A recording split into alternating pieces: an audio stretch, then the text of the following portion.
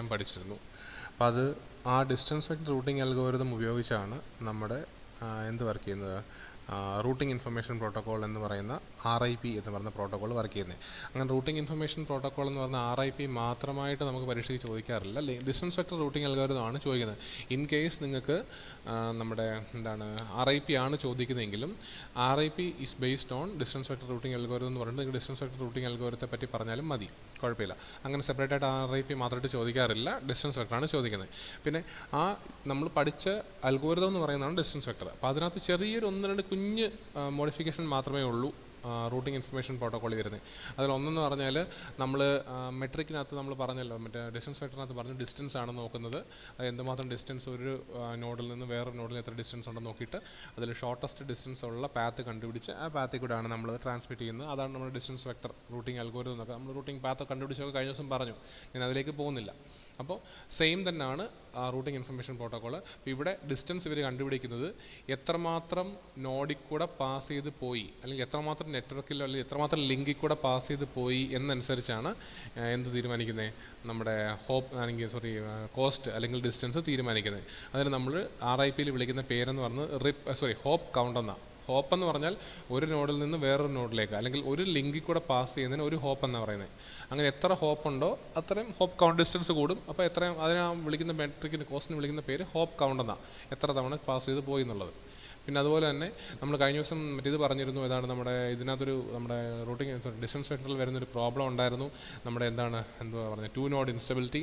ആ 2 നോഡ് ഇൻസ്റ്റബിലിറ്റിക്കകത്ത് നമുക്ക് ഇൻഫിനിറ്റി വരെ പൊയ്ക്കൊണ്ടിരിക്കും. ഇതിങ്ങനെ വെറുതെ ഇൻഡെഫിനിറ്റ് ആയിട്ട് സ്റ്റേബിൾ ആവാതെ പൊയ്ക്കൊണ്ടിരിക്കും. അപ്പോൾ അത് സോൾവ് ചെയ്യാനുള്ള നമ്മുടെ ഒരു മെത്തേഡ് ഉണ്ടായിരുന്നു. ഇൻഫിനിറ്റിയെ ഡിഫൈൻ ചെയ്യുക എന്നുള്ളതായിരുന്നു അതിൻ്റെ മെത്തേഡ്. ആ റൂട്ടിംഗ് ഇൻഫർമേഷൻ പ്രോട്ടോക്കോളിൽ ആ ഇൻഫിനിറ്റി എന്ന് പറയുന്ന വാല്യൂ നമ്മൾ 16 ആയിട്ടാണ് നമ്മൾ ഡിഫൈൻ ചെയ്തിരിക്കുന്നത്. വിച്ച് മീൻസ് നമ്മുടെ ഹോപ്പ് കൗണ്ട് എന്ന് പറയുന്നത് ഒരു 16 വന്നു കഴിഞ്ഞാൽ എന്ത് പറ്റും, അത് ഡിസ്കാർഡ് ചെയ്ത് കളയും. അപ്പോൾ നമ്മുടെ ഇത് അങ്ങോട്ടും ഇങ്ങോട്ടും അൺസ്റ്റേബിളായിട്ട് മാക്സിമം എവിടെ വരെ പോവുള്ളൂ, 15 വരെ പോവുള്ളൂ. അല്ലെങ്കിൽ നമ്മുടെ hop count maximum routing information പ്രോട്ടോക്കോളിൽ മാക്സിമം ഹോപ്പ് കൗണ്ട് എന്ന് പറഞ്ഞാൽ എത്ര ആയിരിക്കും, അപ്പം 15 ആയിരിക്കും. 16 വന്നു കഴിഞ്ഞാൽ എൻ്റെ മീനിങ് എന്തോ ഇൻഫിനിറ്റി ആയെന്നുള്ള രീതിയിൽ വേണമെങ്കിൽ ഡിസ്കാർഡ് ചെയ്ത് കളയും. അപ്പോൾ 15 maximum hop count in case of routing information protocol. അപ്പോൾ അത് മാത്രമല്ല, വേറെ വ്യത്യാസമോ കാര്യങ്ങളോ ഒന്നും നമുക്ക് ഡിസ്റ്റൻസ് വെക്ടറും റൂട്ടിംഗ് ഇൻഫർമേഷൻ പ്രോട്ടോക്കോളും തമ്മിലില്ല. കാരണം റൂട്ടിംഗ് ഇൻഫർമേഷൻ പ്രോട്ടോക്കോൾ എന്ന് പറയുന്ന protocol is based on distance vector routing algorithm. അതങ്ങ് ഓർത്തിരുന്നാൽ മതി. അത് ഫസ്റ്റ്. ഇനി അതുപോലെ തന്നെയുള്ള രണ്ടാമത്തെ നമ്മൾ പഠിക്കുന്ന ഒരു അൽഗോരിതമാണ് ലിങ്ക് സ്റ്റേറ്റ് റൂട്ടിംഗ് അൽഗോരിതം. ഇപ്പോൾ നമുക്ക് ഡിസ്റ്റൻസ് വെക്ടർ അറിയാവുന്നതുകൊണ്ട് തന്നെ നമുക്ക് അതിന് ചെറിയൊരു മാറ്റങ്ങൾ മാത്രം വരുത്തിയാൽ മതി ലിങ്ക് സ്റ്റേറ്റിൻ്റെ കേസിൽ. അത് നിങ്ങളിപ്പം മനസ്സിലാക്കണമെങ്കിൽ നമുക്ക് നേരത്തെ പറഞ്ഞ പോലെ തന്നെ നമ്മുടെ ഡിസ്റ്റൻസ് വെക്ടർ പഠിച്ച പോലെ തന്നെ നമുക്കൊരു ചെറിയ നെറ്റ്വർക്ക് നമുക്ക് അതേപോലത്തെ സെയിം നെറ്റ്വർക്ക് തന്നെ നമുക്ക് വേണമെങ്കിൽ നമുക്ക് നോക്കാം. ABCD ആ സെയിം നെറ്റ്വർക്ക് തന്നെ നമുക്ക് വേണമെങ്കിൽ നോക്കാം. എയിൽ നിന്ന് ബിയിലോട്ട് കണക്ഷൻ ഉണ്ട്, ബിയിൽ നിന്ന് ഡിയിലോട്ട് കണക്ഷൻ ഉണ്ട്, സിയിലോട്ട് കണക്ഷൻ ഉണ്ട്, CB കണക്ഷൻ ഉണ്ട്, CE കണക്ഷൻ ഉണ്ട്, BE കണക്ഷൻ ഉണ്ട്. ഇതൊക്കെ നമ്മുടെ കണക്ഷൻ ഉണ്ടെന്ന് വിചാരിക്കുക. കോസ്റ്റ് നമുക്ക് എഴുതാം. ഇതൊരു 5, ഇതൊരു 3, ഇതൊരു 2, ഇതൊരു 4, ഇതൊരു 4, ഇതൊരു 3, ഇങ്ങനെ കുറേ നമുക്ക് ഡിസ്റ്റൻസ് നമുക്ക് കോസ്റ്റ് ഉണ്ടെന്ന് വിചാരിക്കുക. അപ്പോൾ ഈ ഡിസ്റ്റൻസ് വെക്ടറും ലിങ്ക് സ്റ്റേറ്റും തമ്മിലുള്ള പ്രധാന വ്യത്യാസം എന്ന് പറഞ്ഞാൽ ലിങ്ക് സ്റ്റേറ്റിൻ്റെ കേസിൽ നമ്മൾ അസ്യൂം ചെയ്യുകയാണ്. ലിങ്ക് സ്റ്റേറ്റിൻ്റെ കേസിൽ വി ആർ അസ്യൂമിങ് ദാറ്റ് ഓരോ നോഡിനും ഈ A, B, C, D, E എന്ന് പറയുന്നതിനെല്ലാം നമ്മൾ വിളിക്കുന്ന പേര് നോഡെന്നാണ്.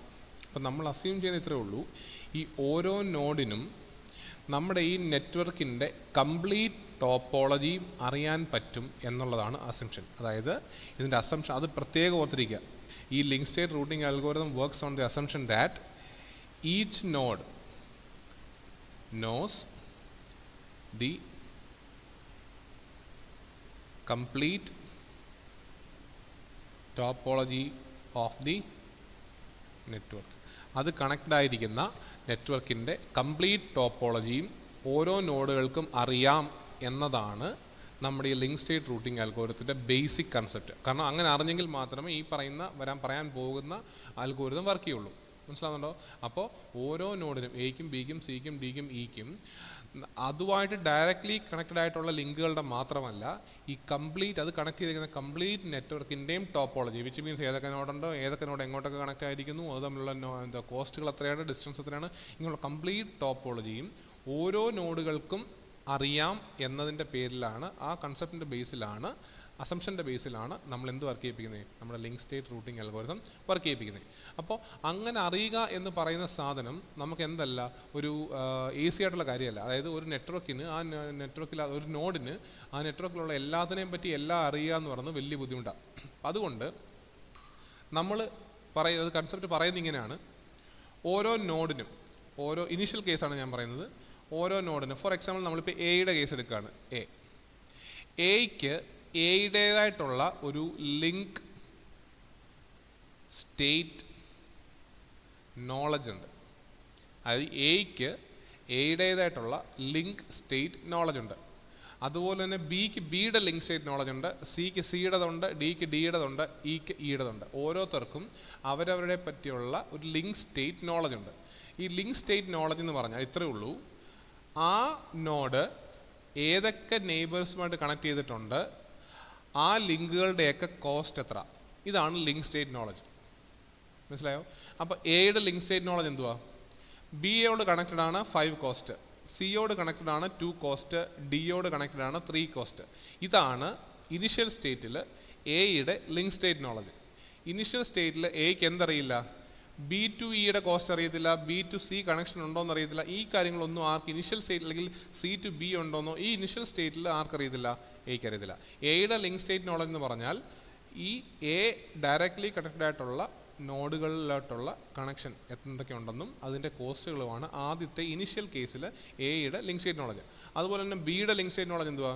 എയിലോട്ട് 5, സിയിലോട്ട് 4, ഇയിലോട്ട് 3. ഇത്രയും മാത്രമേ ആരുടെ ലിങ്ക് സ്റ്റേറ്റ് നോളജ് ഉള്ളൂ? ബിയുടെ. അതുകൊണ്ട് തന്നെ ഇത് നമ്മൾ വിളിക്കുന്ന പേര് അല്ലെങ്കിൽ ഈ ലിങ്ക് സ്റ്റേറ്റ് നോളജ് പാർഷ്യൽ ആണെന്ന് പറയാം. ഈ കിട്ടിയേക്കുന്ന ലിങ്ക് സ്റ്റേറ്റ് നോളജ് പാർഷ്യലാണ്. കാരണം അതിന് ഒരിക്കലും ഈ ഫുൾ ടോപ്പോളജിയെ പറ്റിയുള്ള ഐഡിയ ഇപ്പോൾ ഉണ്ടോ? ഇല്ല. അതിൻ്റെ ആ നോഡിൻ്റെ ലിങ്ക് സ്റ്റേറ്റ് നോളജേ ഉള്ളൂ. അതുകൊണ്ട് ഇത് മൊത്തം നെറ്റ്വർക്കിനെ പറ്റിയുള്ള നോളജ് ഇല്ലാത്തതുകൊണ്ട് ആ നോളജിനെ നമുക്ക് എന്തായാലും പാർഷ്യൽ നോളജ് ഉള്ളത് വേണമെങ്കിൽ നമുക്ക് പറയാൻ പറ്റും. മനസ്സിലായോ? ഇനി നമ്മൾ നേരത്തെ പറഞ്ഞ പോലെ തന്നെ ഈ പാർഷ്യൽ നോളജ് കൊണ്ട് മാത്രം നമുക്ക് ലിങ്ക് സ്റ്റേറ്റ് റൂട്ടിംഗ് വർക്ക് ചെയ്യില്ല. ഓരോ നോഡിനും ആ നെറ്റ്വർക്കിലെ കംപ്ലീറ്റ് നോഡുകളെ പറ്റിയുള്ള ടോപ്പോളജി ഫുൾ അറിഞ്ഞെങ്കിൽ മാത്രമേ ലിങ്ക് സ്റ്റേറ്റ് റൂട്ടിംഗ് വർക്ക് ചെയ്യുള്ളൂ. അപ്പോൾ ഈ പാർഷ്യൽ നോളജ് കൊണ്ട് കാര്യമില്ല. അപ്പോൾ നമ്മൾ എന്ത് ചെയ്യണം? ഈ നോളജ് ഫുൾ ആക്കണം, കംപ്ലീറ്റ് ടോപ്പോളജിയെ പറ്റിയും അറിയണം. അതറിയണമെങ്കിൽ നമ്മൾ ഈ കിട്ടിയ പാർഷ്യൽ ലിങ്ക് സ്റ്റേറ്റ് നോളജ് ഉണ്ടല്ലോ, എയ്ക്ക് എയുടെ പാർഷ്യൽ ലിങ്ക് സ്റ്റേറ്റ് നോളജ് ഉണ്ട്, ബിക്ക് ബിയുടേതുണ്ട്, സിക്ക് സി, ഡി ഡി ഇ, ഓരോരുത്തർക്കും അവരുടേതായിട്ടുള്ള പാർഷ്യൽ എന്തുണ്ട് ലിങ്ക് സ്റ്റേറ്റ് നോളജ് ഉണ്ട്. അതിനെ നമ്മൾ നേരത്തെ പറഞ്ഞ പോലെ തന്നെ ഷെയർ ചെയ്യണം. കഴിഞ്ഞ ഡിസ്റ്റൻസ് വെക്ടർ പറഞ്ഞ പോലെ തന്നെ ഷെയർ ചെയ്യണം. എയുടെ ലിങ്ക് സ്റ്റേറ്റ് നോളജ് ബാക്കി എല്ലാവർക്കും നെറ്റ്വർക്കിലുള്ള എല്ലാവർക്കും അയച്ചു കൊടുക്കും. ബിയുടെ ലിങ്ക് സ്റ്റേറ്റ് നോളജ് എല്ലാവർക്കും അയച്ചു കൊടുക്കും, സിയുടെ എല്ലാവർക്കും അയച്ചു കൊടുക്കും, ഡിയുടെ എല്ലാവർക്കും അയച്ചു കൊടുക്കും, ഇയുടെ അയച്ചു കൊടുക്കും. ഈ ലിങ്ക് സ്റ്റേറ്റ് നോളജ് എല്ലാവരും അങ്ങോട്ടും ഇങ്ങോട്ടും അയച്ചു കൊടുക്കുന്നതിന് ഷെയറിംഗ് ആണ് നമ്മൾ സാധാരണ പറയുന്നത്. ഈ ഒരു കേസിൽ നമ്മൾ ലിങ്ക് സ്റ്റേറ്റ് റൂട്ടിങ്ങിൻ്റെ കേസിൽ നമ്മൾ വേറൊരു പേര് വിളിക്കും,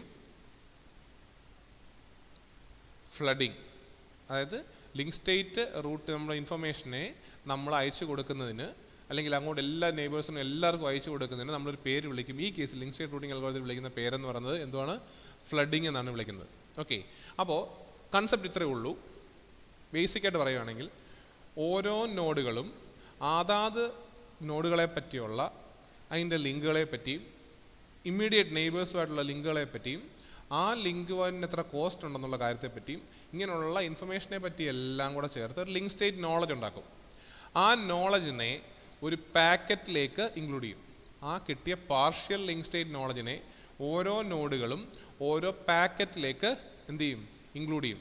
ആ പാക്കറ്റിന് വിളിക്കുന്ന പേര് ലിങ്ക് സ്റ്റേറ്റ് പാക്കറ്റ് എന്നാണ്.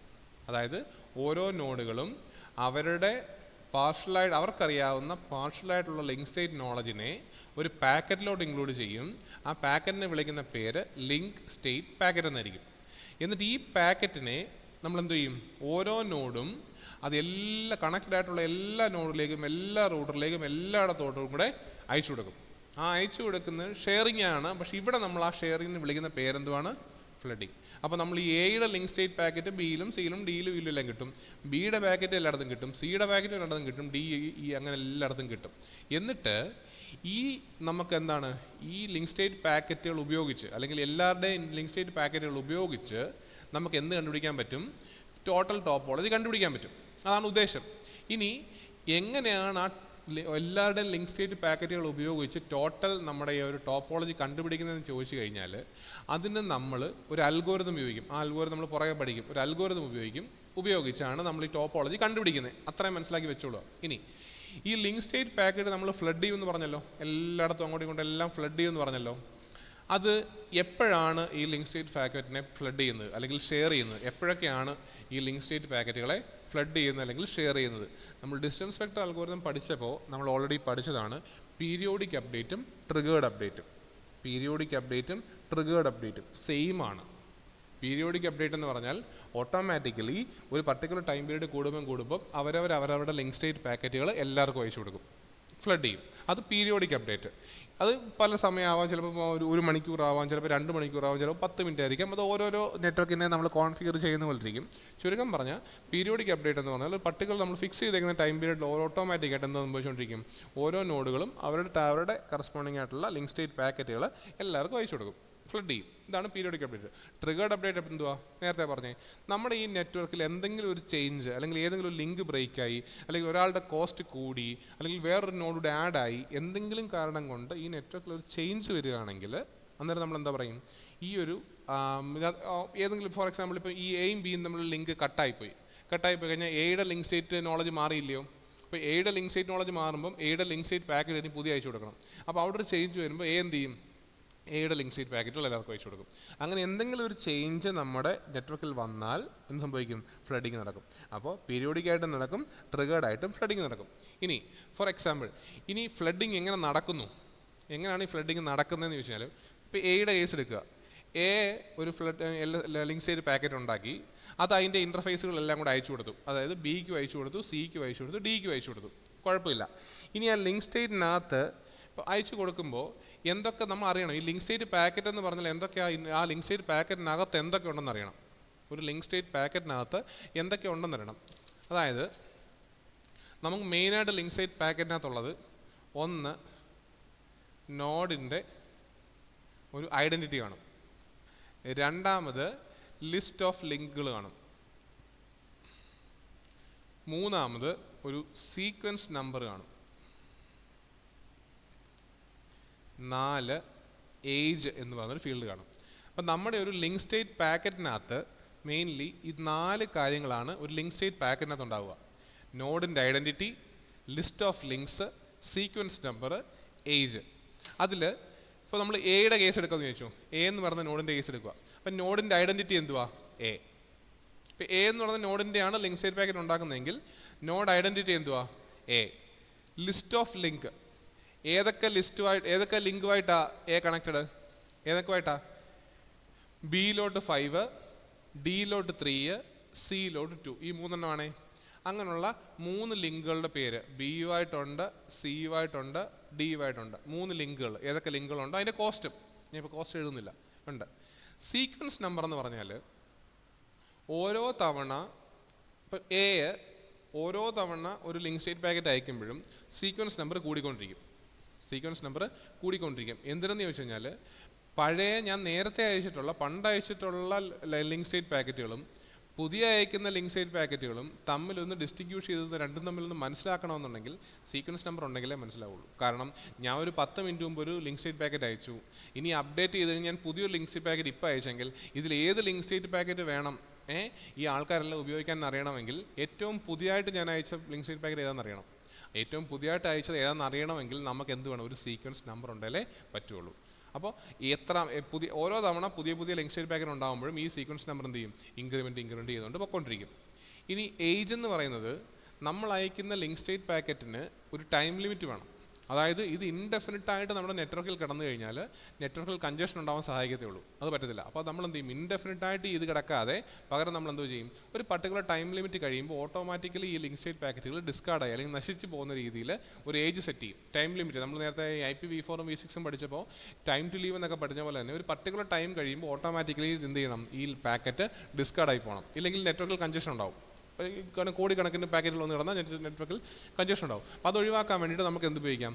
ഈ ഏജ് എന്ന് പറയുന്ന ഫീൽഡ് ഉപയോഗിക്കാം. നോഡിൻ്റെ ഐഡൻറ്റിറ്റി ഉണ്ടാവും, ഒരു ലിസ്റ്റ് ഓഫ് ലിങ്കുകൾ ഉണ്ടാവും, സീക്വൻസ് നമ്പർ ഉണ്ടാവും പുതിയതെന്ന് അറിയാൻ വേണ്ടിയിട്ട്, അതുപോലെ തന്നെ ഏജ് ഉണ്ടാവും, അതായത് എത്ര നേരം നമ്മുടെ ഈ പാക്കറ്റ് ലിങ്ക് സ്റ്റേറ്റ് പാക്കറ്റ് നമ്മുടെ നെറ്റ്വർക്കിൽ റിമെയിൻ ചെയ്യണം എന്നറിയാൻ വേണ്ടിയിട്ടുള്ള ഏജ് ഉണ്ടാവും. ഇത്രയും കാര്യങ്ങൾ ചേർത്താണ് എന്ത് വരുന്നത്, ഒരു ലിങ്ക് സ്റ്റേറ്റ് പാക്കറ്റ് ഉണ്ടാകുന്നത്. അപ്പോൾ ഈ പാക്കറ്റുകൾ നമ്മൾ എന്ത് ചെയ്യും, ഓരോ നോഡും ഫ്ലഡ് ചെയ്യും പീരിയോഡിക്കായിട്ടും, അതുപോലെ തന്നെ നമ്മൾ എന്താണ് മറ്റേ പീരിയോഡിക്കായിട്ട് മാത്രമല്ല ട്രിഗേർഡായിട്ടും അപ്ഡേറ്റ് ചെയ്യും. ഇനി നമ്മളങ്ങനെ ഫ്ലഡ് ചെയ്യുമ്പോൾ എന്ത് സംഭവിക്കും? ഫോർ എക്സാമ്പിൾ എയുടെ ലിങ്ക് സ്റ്റേറ്റ് പാക്കറ്റ് അയക്കുക. എങ്ങോട്ടൊക്കെ അയക്കും? ബിയിലോട്ടും സിയിലോട്ടും ഡിയിലോട്ടും അയച്ചു. മൂന്നിടത്തോട്ട് അതിന് ലിങ്ക് സ്റ്റേറ്റ് പാക്കറ്റ് അയച്ചു. എല്ലാ ഇൻ്റർഫേസിൽ കൂടെ അയച്ചു. ഇവിടെ വന്നു കഴിയുമ്പം ഫോർ എക്സാമ്പിൾ എയുടെ ഒരു ലിങ്ക് സ്റ്റേറ്റ് പാക്കറ്റ് ബിയിൽ വന്നു വിചാരിക്കുക. ഇപ്പോൾ ബി എന്തോ ചെയ്യും? എവിടുന്നാണ് വന്നതെന്ന് നോക്കും, എയിൽ നിന്നാണ്. അയാൾ പിന്നെന്താ നോക്കും, എയ്ക്ക് എവിടോട്ടൊക്കെ ലിങ്ക് ഉണ്ട്. അപ്പോൾ ആ വരുന്ന പാക്കറ്റിൽ നിന്ന് ബിക്ക് മനസ്സിലാവും എയ്ക്ക് ഡിയിലോട്ട് ലിങ്ക് ഉണ്ട്, സിയിലോട്ട് ലിങ്ക് ഉണ്ട്, അതിൻ്റെ കോസ്റ്റ് എത്രയാണ് എന്നുള്ള കാര്യങ്ങളൊക്കെ ആർക്ക് മനസ്സിലാവും? ബിക്ക് മനസ്സിലാവും. അപ്പോൾ ഫസ്റ്റ് ആണെങ്കിൽ അതിൻ്റെ നോഡ് ഐഡൻറ്റിറ്റിയിൽ നിന്ന് ഇത് എവിടെ നിന്ന് വന്ന പാക്കറ്റാണെന്ന് മനസ്സിലായി. 2 ലിസ്റ്റ് ഓഫ് ലിങ്കിൽ നിന്ന് എയുടെ എങ്ങോട്ടൊക്കെ ലിങ്കും അതിൻ്റെ കോസ്റ്റും മനസ്സിലായി. 3 സീക്വൻസ് നമ്പർ, അതായത് ബി ചിലപ്പോൾ ഇതിന് മുമ്പും ചിലപ്പോൾ എയിൽ നിന്ന് എന്തെങ്കിലും പാക്കറ്റ് റിസീവ് ചെയ്തിട്ടുണ്ടാവാം. അതനുസരിച്ചായിരിക്കും ബി ചിലപ്പോൾ നേരത്തെ ഇൻഫർമേഷൻ എടുത്ത് വെച്ചേക്കുന്നത്. അപ്പം നോക്കും ഇപ്പോൾ വന്ന LSPയുടെ സീക്വൻസ് നമ്പറും നേരത്തെ ഉണ്ടായിരുന്ന LSP എന്ന് ഉദ്ദേശിക്കുന്നത് ലിങ്ക് സ്റ്റേറ്റ് പാക്കറ്റാണ്. അപ്പോൾ ഇപ്പോൾ വന്ന ലിങ്ക് സ്റ്റേറ്റ് പാക്കറ്റിൻ്റെ സീക്വൻസ് നമ്പറാണോ അതോ നേരത്തെ കിടന്നിരുന്ന ലിങ്ക് സ്റ്റേറ്റ് പാക്കറ്റിൻ്റെ സീക്വൻസ് നമ്പറാണോ വലുത്? ഏറ്റവും വലുതാണ് ഏറ്റവും പുതിയത്. അപ്പോൾ ഇപ്പോൾ വന്നതാണ് പുതിയതെങ്കിൽ അതെടുക്കും. ഇപ്പോൾ വന്നത് ലിങ്ക് സ്റ്റേറ്റ് പാക്കറ്റിൻ്റെ സീക്വൻസ് നമ്പർ നേരത്തെ കിടന്നതിനെക്കാട്ടി കുറവാണ്. അതിൻ്റെ മീനിങ് എന്തുവാ? ഇത് നേരത്തെ എപ്പോഴോ അയച്ച ലിങ്ക് സ്റ്റേറ്റ് പാക്കറ്റ് ഇപ്പോൾ വന്നു എന്നാണ്. അപ്പോൾ എന്ത് ചെയ്യും? കുറവാണെങ്കിൽ അത് പഴയതാണെന്ന് അർത്ഥം. അപ്പോൾ എന്ത് ചെയ്യും? അതിനെ ഡിസ്കാർഡ് ചെയ്യും. ഇനി കൂടിയ സീക്വൻസ് നമ്പറാണ് വന്നെങ്കിലോ പുതിയതാണ്. അപ്പോൾ എന്ത് ചെയ്യും? പഴയ കടന്നതിനെ മാറ്റി ഈ പുതിയ ലിങ്ക് സ്റ്റേറ്റ് പാക്കറ്റിലെ ഇൻഫർമേഷൻ എല്ലാം കൂടെ സ്റ്റോർ ചെയ്യും. മനസ്സിലായോ? ഇനി ഏജ് ടൈം ലിമിറ്റ് കഴിയുമ്പോൾ ഓട്ടോമാറ്റിക്കായിട്ട് അത് എന്ത് ചെയ്യും? ഡിസ്കാർഡ് ചെയ്യും. ഇനി ഫോർ എക്സാമ്പിൾ എയിൽ നിന്ന് ബിയിലോട്ട് വന്ന് കുഴപ്പമില്ല, ഈ ഇൻഫർമേഷൻ ബിയിൽ വന്നു കഴിയുമ്പോൾ ഇത് ഫ്ലഡിങ്ങാണ്. തൊട്ടടുത്തവർക്ക് വേണ്ടി മാത്രമല്ല, എല്ലാവർക്കും വേണ്ടി ഉള്ളതാണ്. അപ്പോൾ എന്ത് ചെയ്യും? എയിൽ നിന്ന് ലിങ്ക് സ്റ്റേറ്റ് പാക്കറ്റ് ബി വന്നു, ബി ഈ കാര്യങ്ങളെല്ലാം ചെയ്തു. അതിനുശേഷം ആ കിട്ടിയ ലിങ്ക് സ്റ്റേറ്റ് പാക്കറ്റിനെ അതുപോലെ ബി ആർക്കൊക്കെ അയച്ചു കൊടുക്കും? ബിയുടെ നെയ്ബേഴ്സായ സിക്കും ഇക്കും അയച്ചു കൊടുക്കും. ഒരിക്കലും തിരിച്ച് ഇങ്ങോട്ട് ഏത് ഇൻ്റർഫേസ് വഴിയാണോ ലിങ്ക് സ്റ്റേറ്റ് പാക്കറ്റ് വന്നേ അതിനകത്തേക്ക് തിരിച്ചയക്കത്തില്ല. ബാക്കിയുള്ള നെയ്ബേഴ്സിലേക്ക് എന്ത് ചെയ്യും? ഇവിടുന്ന് വന്ന ലിങ്ക് സ്റ്റേറ്റ് പാക്കറ്റിനെ അതുപോലെ ഫോർവേഡ് ചെയ്യും, ഒരു കോപ്പി അയച്ചു കൊടുക്കും. അപ്പോൾ ഇവിടുന്ന് ഒരു ലിങ്ക് സ്റ്റേറ്റ് പാക്കറ്റ് ബിയിൽ വന്നു, ബി ആവശ്യമുള്ള കാര്യങ്ങളെല്ലാം സ്റ്റോർ ചെയ്തു, എല്ലാം മനസ്സിലാക്കി എല്ലാം ചെയ്തു കഴിഞ്ഞതിന് ശേഷം അത് തിരിച്ച് എയ്ക്ക് ഒഴിച്ച് ബാക്കി എവിടെയൊക്കെ അയച്ചു കൊടുക്കും? സിക്കും ഇക്കും അയച്ചു കൊടുക്കും. ഇതേ കാര്യങ്ങൾ എന്ത് ചെയ്യും? സിയും ചെയ്യും ഇയും ചെയ്യും. വന്ന കാര്യം നോക്കും, പേര് നോക്കും, എവിടെ നിന്ന് വന്നതെന്ന് നോക്കും, ലിസ്റ്റ് ഓഫ് ലിങ്കുകൾ നോക്കും, സീക്വൻസ് നമ്പർ നോക്കും, പുതിയതാണെങ്കിൽ എടുക്കും, പഴയതാണെങ്കിൽ കളയും, അതുപോലെ തന്നെ ഏജ് നോക്കും. ഇതെല്ലാം ചെയ്തതിന് ശേഷം അവരാണ് ലാസ്റ്റ് നോഡെങ്കിൽ അവിടെ നിർത്തും. ഇനി വേറെ നോഡുകളുണ്ടെങ്കിൽ അവരുടെ ബാക്കിയുള്ള, ഇപ്പം ബിയിൽ നിന്ന് ഇയിലേക്ക് ഡേറ്റ വന്നാൽ തിരിച്ച് ഇയിൽ നിന്ന് ബിയിലേക്ക് അതിനെ തിരിച്ച് അയച്ചു കൊടുക്കത്തില്ല, പകരം എങ്ങോട്ട് അയച്ചു കൊടുക്കും? സിയിലേക്ക് അയച്ചു കൊടുക്കും. അങ്ങനെ ഫ്ലഡ് ചെയ്ത് എല്ലാവരെയും പറ്റിയുള്ള ഇൻഫർമേഷൻ പാസ് ചെയ്യുക അല്ലെങ്കിൽ സ്റ്റോർ ചെയ്ത് റെഡിയാക്കി വെക്കും. അപ്പോൾ ഇതെല്ലാം കിട്ടിക്കഴിയുമ്പോൾ ഓരോ ആൾക്കാർക്കും ബാക്കിയുള്ള നോഡുകളുടെ എല്ലാ ലിസ്റ്റിൽ ഏതൊക്കെ നോഡുണ്ടെന്നും അതിൻ്റെ അകത്തെ കോസ്റ്റ് ഉണ്ടെന്നും കംപ്ലീറ്റ് കാര്യങ്ങളും ഓരോ ആൾക്കാർക്കും മനസ്സിലാവും. ഇനി ഇത് വെച്ചുകൊണ്ട് ഇപ്പോൾ ഇത്രയും വരെ ഓക്കെ, കുഴപ്പമില്ല. നമ്മൾ ആ ലിങ്ക് സ്റ്റേറ്റ് പാക്കറ്റ് വെച്ചിട്ട് നമുക്ക് ആവശ്യമുള്ള നോഡ് അതിൻ്റെ ഇൻഫർമേഷനും കാര്യങ്ങളെല്ലാം കണ്ടുപിടിച്ചു. അപ്പോൾ ഇനിയാണ് ഈ നമ്മുടെ ലിങ്ക് സ്റ്റേറ്റ് റൂട്ടിങ്ങിൻ്റെ പ്രധാനപ്പെട്ട ഒരു കാര്യം വരുന്നത്. അതായത് ഈ കിട്ടിയ അല്ലെങ്കിൽ ഈ നമ്മുടെ ഉണ്ടായിരുന്ന ഈ ഒരു കറസ്പോണ്ടിങ് ആയിട്ടുള്ള ഇൻഫർമേഷൻ എല്ലാം വെച്ചുകൊണ്ട് നമ്മളൊരു അൽഗോരിതം ഉപയോഗിച്ചാണ് ടോട്ടൽ ടോപ്പോളജി നമ്മൾ കണ്ടുപിടിക്കുന്നത്. ഈ ടോട്ടൽ ടോപ്പോളജി എന്നല്ല പറയുന്നത്, ആക്ച്വലി നമ്മളിതിന് വിളിക്കുന്ന പേര്, ഈ ഒരു സ്റ്റെപ്പിന് വിളിക്കുന്ന പേര് formation of shortest path tree. ഇതിന് വിളിക്കുന്ന പേര് formation of shortest path tree. എന്താണ് ഷോർട്ടസ്റ്റ് പാത്ത് ട്രീ എന്ന് ചോദിച്ചു കഴിഞ്ഞാൽ, ഓരോ നോഡിൽ നിന്നും നമ്മൾ നേരത്തെ പഠിച്ചിട്ടുള്ള ഓരോ നോഡിൽ നിന്നും ഷോർട്ടസ്റ്റ് പാത്ത് ട്രീ എന്ന് പറഞ്ഞാൽ നമ്മൾ പറഞ്ഞിട്ടുള്ള ഓരോ നോഡിൽ നിന്നും ബാക്കിയുള്ള നോഡുകളിലേക്കൊക്കെ പോകാനുള്ള ഷോർട്ടസ്റ്റ് പാത്ത് എല്ലാം കൂടെ വരച്ച് കിട്ടുമ്പോൾ ആ ഗ്രാഫിന് വിളിക്കുന്ന പേരാണ് ഷോർട്ടസ്റ്റ് പാത്ത് ട്രീ. അതായത് എയുടെ കേസ് എടുക്കുകയാണെങ്കിൽ എയിൽ നിന്ന് ബിയിലേക്കും സിയിലേക്കും ഡിയിലേക്കും ഇയിലേക്കും ഒക്കെ നെറ്റ്വർക്കിലുള്ള എല്ലാത്തിടത്തേക്കും പോകാനുള്ള ഏതാണ് ഏറ്റവും എളുപ്പമുള്ള പാത്ത്, ഷോർട്ടസ്റ്റ് ആയിട്ടുള്ള പാത്ത്, അതെല്ലാം കൂടെ ഒരുമിച്ചൊരു ഗ്രാഫ് അല്ലെങ്കിൽ ഒരുമിച്ച് വരച്ചാൽ ആ വരയ്ക്കുന്ന പാത്ത് ഗ്രാഫിന് വിളിക്കുന്ന പേരാണ് ഷോർട്ടസ്റ്റ് പാത്ത് ട്രീ. നമ്മൾ ട്രീ എന്നൊക്കെ നമ്മൾ കേട്ടിട്ടുണ്ട്, നമ്മുടെ അൽഗോരിതം അത് കേട്ടിട്ടുണ്ട്, ട്രീ അൽഗോരിതം. അതായത് ഒരു റൂട്ട് കാണും, അവിടുന്ന് പല ബ്രാഞ്ചസ്, അവിടുന്ന് വീണ്ടും വീണ്ടും ബ്രാഞ്ചസ്, ഇങ്ങനെ നമുക്ക് പോകുന്ന ട്രീ എന്ന് വിളിക്കുന്നത്. ഈ ആദ്യത്തേന് വിളിക്കുന്ന പേരാണ് റൂട്ട് നോഡ്, ബ്രാഞ്ചസ്, നോഡുകൾ, ഇങ്ങനെ പല പല ഉണ്ട്. ഇതിന് നമ്മൾ ട്രീ നമ്മൾ വിളിക്കുന്നത്. അതേപോലെ തന്നെ നമ്മൾ ഓരോ നോഡിൻ്റെയും കറസ്പോണ്ടിങ് ആയിട്ടുള്ള ഷോർട്ടസ്റ്റ് പാത്ത് ട്രീ നമുക്ക് കണ്ടുപിടിക്കണം. ആ ഷോർട്ടസ്റ്റ് പാത്ത് ട്രീ കണ്ടുപിടിക്കാൻ വേണ്ടിയിട്ട് നമ്മൾ, അല്ലെങ്കിൽ ഈ formation of shortest path tree നമ്മൾ ഉപയോഗിക്കുന്ന ഒരു അൽഗോരിതം ഉണ്ട്.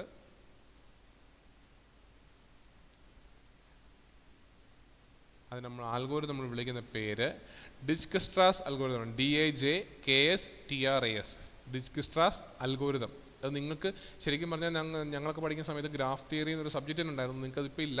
എനിവേ, അപ്പം നമ്മൾ ആ ഒരു അൽഗോരിതത്തിലുള്ള ആ ഗ്രാഫ് തിയറിക്കകത്തുള്ള അൽഗോരിതമാണ് discussion algorithm, shortest path tree algorithm നിങ്ങളിപ്പോൾ പഠിക്കാൻ പോവുക. അപ്പോൾ ഈ ഒരു അൽഗോരിതം ഉപയോഗിച്ചിട്ട് ഓരോ നോഡിൽ നിന്നും ബാക്കി എല്ലാ നോഡുകളിലേക്കും ഉള്ള ഷോർട്ടസ്റ്റ് പാത്ത് എല്ലാം കൂടെ ചേർത്ത് വെച്ചിട്ട് ഒരു ഗ്രാഫ് വരയ്ക്കും. ആ ഗ്രാഫിന് വിളിക്കുന്ന പേരാണ് ഷോർട്ടസ്റ്റ് പാത്ത് ട്രീ. അതെങ്ങനെ നമ്മൾ കണ്ടുപിടിക്കുമെന്ന് നോക്കാം. ഞാൻ നേരത്തെ പഠിച്ച നമ്മുടെ എന്താണ് മറ്റേ ഗ്രാഫ് ഒന്നുകൂടെ വരയ്ക്കാം. നിങ്ങൾക്ക് ഒരു പുതിയ പേജിൽ വരയ്ക്കാം, നിങ്ങൾ കാണത്തില്ല. ഒരു എക്സാമ്പിൾ വരയ്ക്കാം. നമ്മൾ നേരത്തെ വരച്ച ഗ്രാഫ് ഒന്നുകൂടെ ഞാൻ വരയ്ക്കുകയാണ്. നമുക്ക് A ഉണ്ടായിരുന്നു, B ഉണ്ടായിരുന്നു, C ഉണ്ടായിരുന്നു, D ഉണ്ടായിരുന്നു, E ഉണ്ടായിരുന്നു. എയിൽ നിന്ന് ബിയിലേക്ക് കണക്ഷൻ ഉണ്ട്, ഇങ്ങോട്ടുണ്ട്, ഇങ്ങോട്ടുണ്ട്, ഇങ്ങോട്ടുണ്ട്, ഇങ്ങോട്ടുണ്ട്, ഇങ്ങോട്ടുണ്ട്. എല്ലാം കാണാൻ പറ്റും, നിങ്ങൾക്ക് തെളിഞ്ഞ് കാണാൻ പറ്റുന്നുണ്ടെന്ന് വിശ്വസിക്കുന്നു. എയിൽ നിന്ന് കുഴപ്പമില്ല, ഇല്ലെങ്കിൽ ഞാനൊന്ന് പറയുമ്പോൾ നിങ്ങൾക്ക് മനസ്സിലാവും. ഇങ്ങനെ നമുക്ക് ഗ്രാഫുണ്ട്. A to B എത്രയായിരുന്നു? 5 ആണെന്ന് തോന്നുന്നു. ഇവിടെ 2, ഇവിടെ 3, 4, 4, 3, അങ്ങനെ നമുക്ക് എല്ലായിടത്തോട്ടും പാത്തും എല്ലാം ഉണ്ടായിരുന്നു. ഇനി നമ്മൾ ഓരോ നോഡിനെയും ABCDE എന്ന് പറഞ്ഞ ഓരോ നോഡിനെയും ഉപയോഗിച്ച് നമ്മൾ ഈ ഡിസ്കസ്ട്രാസ് അൽഗോരിതം ഇംപ്ലിമെൻറ്റ് ചെയ്ത് ഷോർട്ടസ്റ്റ് പാത്ത് ട്രീ കണ്ടുപിടിക്കണം. പക്ഷേ നമ്മൾ പരീക്ഷയ്ക്ക് എല്ലാ നോഡിനെ പറ്റി എഴുതണ്ട, ഏതെങ്കിലും ഒരു നോഡ് വെച്ച് എക്സാമ്പിൾ കാണിച്ചാലും പരീക്ഷയ്ക്ക് മതി. അപ്പോൾ തൽക്കാലത്തേക്ക് നമ്മളിപ്പം A എന്ന് പറയുന്ന നോഡിനെ വെച്ചുകൊണ്ടുള്ള ഷോർട്ടസ്റ്റ് പാത്ത് ട്രീ ആണ് കണ്ടുപിടിക്കാൻ പോകുന്നത് വെച്ചോ. അപ്പോൾ നമ്മൾ സെലക്ട് ചെയ്യുന്നു നമ്മുടെ root node is equal to A. നമ്മൾ A എന്ന് പറയുന്ന നോഡിനെ ബേസ് ചെയ്തുകൊണ്ടാണ് എന്ത് ചെയ്യാൻ പോകുന്നത്, ഈ ഒരു ഷോർട്ടസ്റ്റ് പാത്ത് ട്രീ കൊണ്ട് ഈ ഡിസ്കസ് അൽഗോരിതം ഇംപ്ലിമെൻറ്റ് ചെയ്യാൻ പോകുന്നത്. അതുകൊണ്ട് ഫസ്റ്റ് ഓരോന്നിനും ചെയ്യണം. അപ്പോൾ നമ്മൾ ഓരോ തവണയും ഇപ്പോൾ റൂട്ട് നോഡ് A ആണെങ്കിൽ പിന്നെ നമ്മൾ റൂട്ട് നോഡ് B വെച്ച് കണ്ടുപിടിക്കണം, റൂട്ട് നോഡ് C വെച്ച് കണ്ടുപിടിക്കണം, റൂട്ട് നോഡ് D കണ്ടുപിടിക്കണം, ഈ എല്ലാം ചെയ്യണം. പക്ഷേ ഇപ്പം നമ്മൾ എക്സാമ്പിൾ ഒരെണ്ണം കാണിക്കുന്നുള്ളൂ, root node is equal to A. ഇത് സിമ്പിളാണ്, ഞാൻ പറഞ്ഞുതരാം. നമുക്ക് 2 ലിസ്റ്റുകളുണ്ട്, ശ്രദ്ധിച്ച് കേൾക്കുക. നമുക്ക് 2 ലിസ്റ്റുകളുണ്ട്. ഒരു ലിസ്റ്റിൻ്റെ പേര് പെർമനൻ്റ് ലിസ്റ്റ് എന്നും ഒരു ലിസ്റ്റിൻ്റെ പേര് ടെൻറ്ററ്റീവ് ലിസ്റ്റ് എന്നുമാണ്. ഒരു ലിസ്റ്റിൻ്റെ പേര് പെർമനൻ്റ് ലിസ്റ്റ് എന്നും ഒരു ലിസ്റ്റിൻ്റെ പേര് ടെൻറ്ററ്റീവ് ലിസ്റ്റ് എന്നുമാണ്. ഓക്കെ, അപ്പം നമ്മൾ ചെയ്യാൻ പോകുന്നത് ശ്രദ്ധിച്ച് എളുപ്പമാണ് ഒന്ന് ഓർത്ത് ഞാൻ പെട്ടെന്ന് കാര്യങ്ങൾ തരും. ഏതാണോ എൻ്റെ റൂട്ട് നോഡ് അതിനെ ഞാൻ ടെൻറ്ററ്റീവ് ലിസ്റ്റിലേക്ക് എഴുതും. ഏതാണോ എൻ്റെ റൂട്ട് നോഡ് ആ നോഡിനെ ഞാൻ എവിടോട്ട് എഴുതും? ടെൻറ്ററ്റീവ് ലിസ്റ്റിലേക്ക് എഴുതും. ഏതാണ് എൻ്റെ റൂട്ട് നോഡ്? A. അതിനെ ഞാൻ ടെൻറ്ററ്റീവ് ലിസ്റ്റിലേക്ക് എഴുതി. ആ നോഡിൽ നിന്ന് എൻ്റെ ഞാൻ എഴുതിയിരിക്കുന്ന നോഡ് ഏതാ? A. ആ നോഡിൽ നിന്ന് എൻ്റെ റൂട്ട് നോഡിലേക്കുള്ള ഡിസ്റ്റൻസ് എത്രയാണോ അത് ഞാൻ ബ്രാക്കറ്റിൽ എഴുതും. ഇപ്പോൾ ഫസ്റ്റിൻ്റെ റൂട്ട് നോഡിനെ തന്നെ ഞാൻ ടെൻറ്ററ്റീവ് ലിസ്റ്റിൽ എഴുതി. ആ നോഡിൽ നിന്ന് റൂട്ട് നോഡിലേക്കുള്ള ഡിസ്റ്റൻസിനെ ഞാൻ ഇവിടെ എഴുതണം, ബ്രാക്കറ്റിൽ എഴുതണം. രണ്ടും സെയിം നോഡായതുകൊണ്ട് ഡിസ്റ്റൻസ് എത്രയായിരിക്കും? 0. മനസ്സിലാവുന്നുണ്ടോ? അപ്പോൾ ഓർക്കുക, ഫസ്റ്റ് എൻ്റെ റൂട്ട് നോഡിനെ ഞാൻ ടെൻറ്ററ്റീവ് ലിസ്റ്റിൽ എഴുതി. ടെൻറ്ററ്റീവ് ലിസ്റ്റിൽ എഴുതി. ആ നോഡും എൻ്റെ റൂട്ട് നോഡും തമ്മിലുള്ള ഡിസ്റ്റൻസ് എത്രയാണോ, കോസ്റ്റ് എത്രയാണോ അതിനെ ഞാൻ എവിടെ എഴുതി? ബ്രാക്കറ്റിൽ എഴുതി. ഇതിപ്പോൾ രണ്ടും തന്നെ ആയതുകൊണ്ട് ഡിസ്റ്റൻസിൻ്റെ വാല്യൂ എന്താണ്? 0. ഇനി അടുത്ത് ചെയ്യാൻ പോകുന്നത് ടെൻറ്ററ്റീവ് ലിസ്റ്റിൽ കിടക്കുന്ന നോഡിൽ ഏറ്റവും കുറവ് ഡിസ്റ്റൻസ്, അത് ഈ ബ്രാക്കറ്റിൽ കിടക്കുന്ന വാല്യൂ, ടെൻറ്ററ്റീവ് ലിസ്റ്റിൽ കിടക്കുന്ന നോഡിൽ ഏറ്റവും കുറവ് ബ്രാക്കറ്റിൽ വാല്യൂ ഉള്ളത് ഏതാണോ അതിനെ ഞാൻ പെർമനൻറ്റ് ലിസ്റ്റിലേക്ക് മാറ്റും. നിലവിൽ നമുക്ക് ടെൻറ്ററ്റീവ് ലിസ്റ്റിൽ ഒറ്റ നോഡ് മാത്രമേ ഉള്ളൂ, A. അതിൻ്റെ വാല്യൂ 0 ആയതുകൊണ്ട് ഏറ്റവും കുറവുള്ളത് എന്ത് തന്നെയാണ്? അത് തന്നെയാണ്. അപ്പോൾ അതിനെ ഞാൻ Aയെ ടെൻറ്ററ്റീവ് ലിസ്റ്റിൽ നിന്ന് കട്ട് ചെയ്ത് എങ്ങോട്ട് എഴുതും? പെർമനൻറ്റ് ലിസ്റ്റിലേക്ക് എഴുതും. എന്നിട്ട് അങ്ങനെ ഏതെങ്കിലും നോഡിനെ ടെൻറ്ററ്റീവ് ലിസ്റ്റിൽ നിന്ന് പെർമനൻറ്റ് ലിസ്റ്റിലേക്ക് മാറ്റുമ്പോൾ ആ നോഡിൻ്റെ ഇമ്മീഡിയറ്റ് ആയിട്ടുള്ള ഡയറക്റ്റ്ലി കണക്റ്റഡ് ആയിട്ടുള്ള നെയ്ബേഴ്സിനെ ഞാൻ എങ്ങോട്ട് മാറ്റും? ടെൻറ്റേറ്റീവ് ലിസ്റ്റിലേക്ക് മാറ്റും. അതായത് ഏതെങ്കിലും ഒരു നോഡിനെ ടെൻറ്റേറ്റീവ് ലിസ്റ്റിൽ നിന്ന് പെർമനൻറ്റ് ലിസ്റ്റിലേക്ക് മാറ്റുവാണെങ്കിൽ അത് മാറ്റിക്കഴിഞ്ഞതിന് ശേഷം ആ മാറ്റിയ നോഡിൻ്റെ ഡയറക്റ്റ്ലി കണക്റ്റഡ് ആയിട്ടുള്ള നെയ്ബേഴ്സിനെ എല്ലാം ഞാൻ എങ്ങോട്ട് മാറ്റും? ടെൻറ്റേറ്റീവ് ലിസ്റ്റിലേക്ക് മാറ്റും. അപ്പോൾ എ ആണ് ഇങ്ങോട്ട് മാറ്റിയത്. എയുടെ ഡയറക്റ്റ്ലി കണക്റ്റഡ് ആയിട്ടുള്ള നെയ്ബേഴ്സ് ഏതൊക്കെയാണ്? B, C, D. ഈ മൂന്നിനെ ഞാൻ എങ്ങോട്ട് മാറ്റും? ടെൻറ്റേറ്റീവ് ലിസ്റ്റിലേക്ക് മാറ്റും. അപ്പോൾ ബി എഴുതുമ്പം ബ്രാക്കറ്റിൽ എന്ത് എഴുതണം? ആ നോഡും റൂട്ട് നോഡും തമ്മിലുള്ള ഡിസ്റ്റൻസ്. ബിയും എയും തമ്മിലുള്ള ഡിസ്റ്റൻസ് എത്രയാ? 5. അപ്പം ഞാൻ ബ്രാക്കറ്റിൽ എന്ത് എഴുതണം? 5. അടുത്ത നെയ്ബർ ഏതാ? സി. സിയും റൂട്ട് നോഡും തമ്മിലുള്ള നെയ്ബർ ഏതാ? സിയും റൂട്ട് നോഡും തമ്മിലുള്ള ഇത് എത്രയാ? 2. അതിനെ ഞാൻ ബ്രാക്കറ്റിൽ എഴുതി. അടുത്തത് ഡി. ഡിയും റൂട്ട് നോഡും തമ്മിലുള്ള ഡിസ്റ്റൻസ് എത്രയാ? 3. അതിനെ ഞാൻ ബ്രാക്കറ്റിൽ എഴുതി. അപ്പോൾ ബി, സി, ഡി ഈ മൂന്നെണ്ണം എവിടെ വന്നു? ടെൻറ്റേറ്റീവ് ലിസ്റ്റ് വന്നു. ഇനി വീണ്ടും നമ്മൾ നേരത്തെ ചെയ്ത് റിപ്പീറ്റ് ചെയ്യുക. ഈ മൂന്നിൽ ഏതാണ് ഏറ്റവും കുറവ് ഡിസ്റ്റൻസ് ഉള്ളത്, അല്ലെങ്കിൽ ഏറ്റവും കുറവ് കോസ്റ്റ് ഉള്ളത്? ബിക്ക് 5 ആണ്, സിക്ക് 2 ആണ്, ഡിക്ക് 3 ആണ്. അപ്പോൾ നമ്മൾ നോക്കിയപ്പോൾ സിക്ക് 2 എന്നുള്ളതാണ് ഏറ്റവും കുറവ് എന്നുള്ളത് കോസ്റ്റ് ഉള്ളത്. അപ്പോൾ അതിനെ ഞാൻ എങ്ങോട്ട് മാറ്റണം? പെർമനൻറ്റ് ലിസ്റ്റിലേക്ക് മാറ്റണം. അപ്പോൾ അടുത്ത സ്റ്റെപ്പിൽ സി എ ഇവിടുന്ന് കട്ട് ചെയ്തിട്ട് ഞാൻ എങ്ങോട്ട് മാറ്റും? പെർമനൻറ്റ് ലിസ്റ്റിലേക്ക് മാറ്റും. അപ്പോൾ എന്തുവായി? A0 ഓൾറെഡി കിടപ്പുണ്ട്, അതിൻ്റെ കൂടെ എന്തും കൂടെ വന്നു? C2 കൂടെ വന്നു. ഏതെങ്കിലും ഒരു സാധനത്തിനെ ഞാൻ ടെൻറ്റേറ്റീവിൽ നിന്ന് പെർമനൻറ്റിലേക്ക് മാറ്റുമ്പോൾ ആ മാറ്റിയ നോഡിൻ്റെ ഇമ്മീഡിയറ്റ് ആയിട്ടുള്ള നെയ്ബേഴ്സിനെ ഞാൻ എങ്ങോട്ട് മാറ്റണം? ടെൻറ്റേറ്റീവിലേക്ക് മാറ്റണം. അപ്പോൾ സിയുടെ നെയ്ബേഴ്സ് ഏതൊക്കെയാ? A, B, C. ഈ മൂന്നെണ്ണമാണല്ലോ സിയുടെ, എ, ബി, ഇ. ഈ മൂന്നെണ്ണമാണല്ലോ സിയുടെ നെയ്ബേഴ്സ്, എ, ബി, ഇ. അതിൽ എ എന്ന് പറയുന്ന സാധനത്തിനെ ഓൾറെഡി ഞാൻ പ്രോസസ്സ് ചെയ്ത് എങ്ങോട്ട് മാറ്റിയിട്ടുണ്ട്? പെർമനൻറ്റിലേക്ക് മാറ്റിയിട്ടുണ്ട്. അപ്പോൾ പിന്നെ ഞാൻ എ എഴുതേണ്ട ആവശ്യമില്ല. പിന്നെ ബാക്കി ഏതൊക്കെയാണ്? ബിയും ഇയും ആണേ. അപ്പം ഞാൻ നോക്കേണ്ടത് ബി എഴുതുവാണെങ്കിൽ എന്തുണ്ട്? ബി എഴുതുവാണെങ്കിൽ ബിക്ക് റൂട്ട് നോഡുമായിട്ടുള്ള ഡിസ്റ്റൻസ് ശ്രദ്ധിക്കണം. പക്ഷേ ഇത്തവണ നമ്മൾ സിയുടെ ആയി എഴുതുന്നത് കൊണ്ട് ബിക്ക് റൂട്ട് നോഡിലേക്കുള്ള ഡിസ്റ്റൻസ് ത്രൂ സി എത്രയാണോ അതാണ് എഴുതേണ്ടത്. അപ്പോൾ ബിക്ക് സിയുടെ നെയ്ബറാണ് ബി. അപ്പോൾ ബിക്ക് റൂട്ട് നോഡ് എയിലേക്കുള്ള ഡിസ്റ്റൻസ് എത്രയാണ്? Through C 4 + 2 6. അപ്പോൾ അതിനെ ഞാനിവിടെ ബ്രാക്കറ്റിൽ എഴുതി. ഇനി അടുത്ത നെയ്ബർ ഏതാ? ഇ. സിയുടെ നെയ്ബറാണ് ഇ. സിയുടെ നെയ്ബർ ഇക്ക് റൂട്ട് നോഡ് എയിലേക്ക് പോകണമെങ്കിൽ ഡിസ്റ്റൻസ് എത്രയാണ്? ത്രൂ സി ആണ് പോകേണ്ടത്, 4 + 2. അപ്പോൾ ഇ 6. പിന്നെ ഓൾറെഡി അവിടെ രണ്ടെണ്ണം നമ്മുടെ തൊട്ട് മേളിൽ ടെൻറ്റേറ്റീവ് ലിസ്റ്റിൽ രണ്ടെണ്ണം കിടപ്പുണ്ടായിരുന്നു, B5ഉം D3യും. ഞാൻ അതുകൂടെ അങ്ങ് എഴുതുക, B5ഉം D3യും. ഇനി നോക്കേണ്ടത് ടെൻറ്റേറ്റീവ് ലിസ്റ്റിൽ എപ്പോഴെങ്കിലും രണ്ട് നോഡുകൾ സെയിം ടെൻറ്റേറ്റീവ്